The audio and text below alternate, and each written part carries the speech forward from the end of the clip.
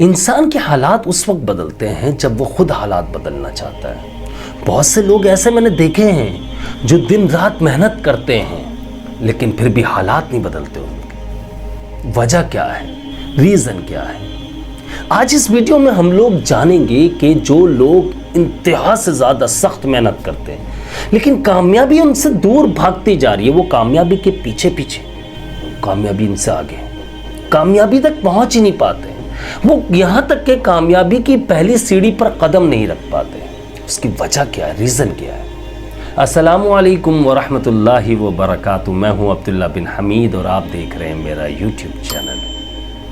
انسان کو اگر حد سے زیادہ محنت کرتے ہوئے کامیابی نہ ملے اور اس کے باوجود وہ لگاتار محنت کرتا ہے اور کامیابی نہیں مل رہی، تو سوچ لو کہیں نہ کہیں تمہاری کچھ غلطیاں ہیں، کچھ ایسے گناہ ہیں جس کی وجہ سے تم کامیابی کی طرف نہیں جا پا رہے ہو۔ کامیابی تم سے آگے بھاگ رہی ہے، تم اس کے پیچھے ہی لگے ہوئے ہو لیکن نہیں مل رہی۔ سب سے پہلے ایک بات اچھے سے جان لو، اگر تمہارے ماں باپ تم سے ناراض ہے تو تمہیں کامیابی نہیں ملے گی۔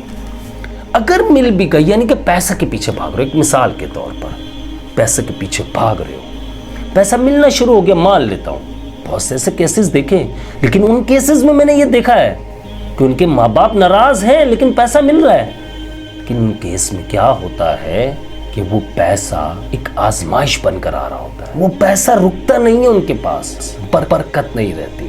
آپ میں سے اگر کوئی ایسا کر رہا ہے تو خود سے نوٹ کر لیجئے، کمنٹ میں لازمی بتائیے گا۔ اب وہ کیسے نہیں رکتا؟ پہلی چیز بے برکتی، نمبر 2 پر وہ پیسہ بیماریوں میں اتر جانا، بیماریاں اس پیسے کو دیمک کی طرح کھانے لگ جاتی ہے، چاٹنے لگ جاتی ہے، ختم کر دیتی ہے۔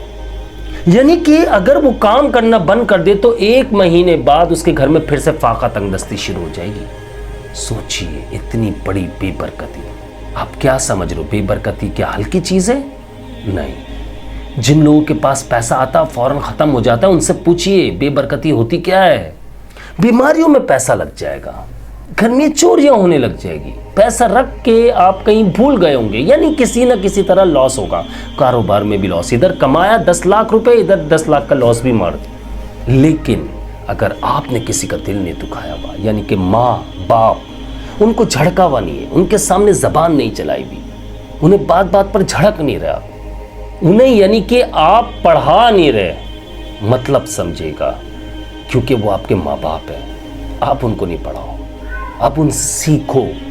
ان کا بڑھاپا ہے، وہ اگر غلط بات کرتے، الٹی سیدھی باتیں کرتے، سن لو، یہ یاد رکھو کہ میرا بھی بڑھاپا آنے والا ہے، میں بھی ایسی باتیں کروں گا، اور میرا بچپن بھی تھا جب میں الٹی سیدھی باتیں کرتا تھا تو وہ مجھے ہر بات کا ہنس کر جواب دیتے تھے، میں ایک بات کو 10 بار ریپیٹ کرتا، وہ کبھی برا نہیں مانتے تھے، آج وہ مجھے آواز بھی دے دیتے تو مجھے غصہ آتا ہے، میں جھڑک دیتا ہوں ان کو۔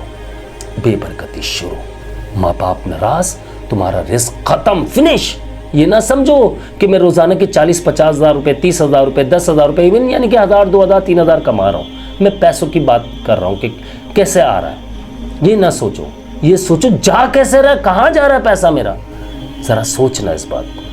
اس لیے ماں باپ کے سامنے ایسے کوئی حرکت نہ کرو، ان کا دل نہ دکھاؤ، آج کیا ہے پیروں میں گر کر معافی مانگ لو ان سے، اور پھر اپنے رزق میں کچھ ٹائم میں برکت دیکھ لینا۔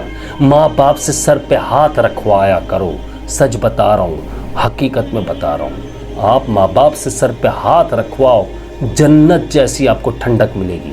دوسرا، ان سے دعا کے لیے کہا کر، امی کہتے ہو، ماں کہتے ہو، مما کہتے ہو، کچھ بھی کہتے ہو، ان سے دعا لو، ابو سے، اپنے فادر سے، اپنے ڈیڈ سے، جو بھی کہتے ہو ان سے دعائیں لو، سر پہ ہاتھ رکھواؤ، میں اس کام کے لیے جا رہا ہوں، دعا کریے گا میرا یہ کام کامیاب ہو جائے، میں کامیاب ہو جاؤں، میرا یہ کام کمپلیٹ ہو جائے، پھر آپ دیکھیے گا کیسے زندگی بدلتی ہے۔ اسی طرح اگر ہم دوسرے پوائنٹ پر بات کریں، بیوی، آپ سوچو کہ عورتوں کی طرفداری کی بات نہیں، میں ایک بیوی کے لیے بات کر رہا ہوں، جب ایک ماں باپ کے لیے بات ہو رہی ہے، ایک بیوی کی بات کر رہا ہوں۔ بہت سے لوگ ایسے ہیں، مجھے پتہ آپ میں سے نہیں ہیں ایسے لوگ، لیکن بہت سے لوگ آپ نے دیکھے ہوں گے، اتنے جاہل قسم کے لوگ ہوتے ہیں، میں سچ بتا رہا ہوں آپ کو، نہ